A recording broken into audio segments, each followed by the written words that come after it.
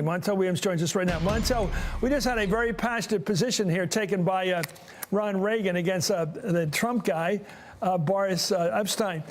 What is your passion leading you to right now? Do you have passion for either of these candidates or any of them right now? I have passion truly against Donald Trump, and I'm sorry to say it that way. And it's against the entire idea and concept of him being president of the United States. And that's the only reason why I'm speaking out. And so, now, am I enthusiastically endorsing Hillary Clinton? I'm going to endorse and say that I'm going to go inside of that booth, and rather than be quiet about what I'm going to do, I'm going to push the button for her. Those are my only two choices, and that's the only clear choice to make sure that America can be lifted out of what I think is a very clear and present danger, having Donald Trump even in this race. And I know a number of people like you, Montel, including some family members whose names I can't disclose, but there are a lot of people talking like that. They don't like some of the things Trump has been saying. They are dearment, as we say in my religion, dearment impediments, things you can't get past. I mean, look, for me, a lot of them, the things I get to bug me right now are what he said to the Khan family about their kid that was killed. I don't like the fact the kids of Trump out there killing wildlife. I mean, it's maybe not germane to a lot of people, but when I see people with their pictures with dead leopards and these endangered species, I go, wait a minute, is that your value system? You like your picture taken with dead, endangered species in Africa?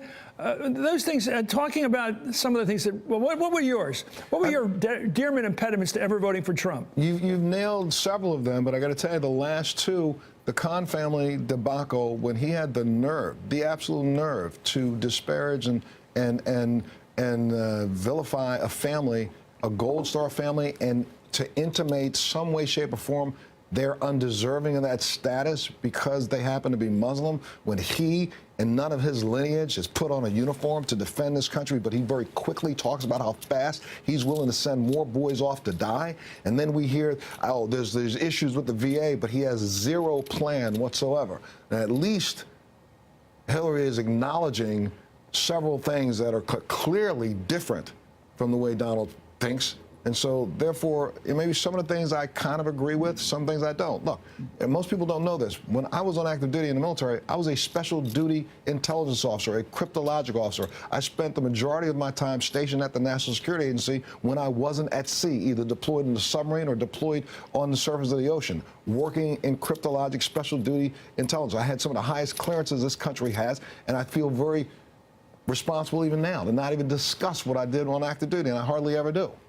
Let's cut now, so I have an issue with the emails, but my biggest issue right now with actually enthusiastically endorsing Mrs. Clinton is the fact that, she continues to deny the VA debacle. And this VA debacle, we have got to get this under control while everybody and their mother knows on the Wednesday after this election, we're going to be faced with putting more troops on the ground somewhere, and we haven't even fulfilled our obligation to those that have already served.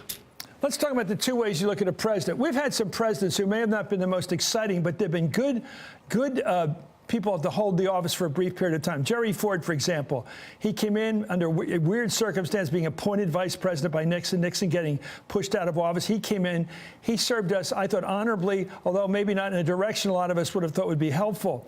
But Trump, is the problem with Trump as you see it his policy or his temperament? In other words, is it your fear how he would just be there in the Oval Office on any given day and the power of that office and what he could do wrong, or is it the direction he'd take us in? Immediately, I agree with you 100%. My fear is his temperament. My fear is his opinions on multiple things. But like today, he was given a security briefing. And I'm here to tell you, in the next 3 or 4 days, he may blurt something out because he's angry because somebody tweeted something wrong on him and give up a national security secret. We already know that he has people in his campaign. And you were talking about it earlier about Manafort and his connections. There's not a dictator out there that he hasn't really fallen in love with and worked with. So, taking money from is not the same as falling in love with, but... Well, taking money from people like, Marcos. I mean, we don't even talk about he took $1 million from Marcos. Well, the good guys don't need that kind of PR, Montel. It's the bad guys that have to spend billions of dollars to make their names at least get off the front pages. Correct. And so I guess what I'm saying to you is that I really fear the opportunity that listening to his rhetoric, that Wednesday after he's elected, there are going to be more troops on the ground, and we haven't even fulfilled the responsibility for those that have already served. And I think he's so dangerous in being able to say one thing that might incite another World War. Remember, World War I started because an ambassador was killed, and the rhetoric picked up very quickly. All we need to have is just one false statement, and we're in trouble. Archduke Ferdinand. Yes. Let me ask you about the one thing I think I agree with you on, the one I would put on there, a pin on my chest about Trump is, why would you laugh about or joke about Second Amendment people? And why would you think that's funny, given our horrible history of assassination going back to Lincoln, Garfield, McKinley, I mean, Reagan, Kennedy, Malcolm X, Bobby Kennedy, Martin Luther King? This history of assassination in this country is unlike any other country in the world, and to joke about it.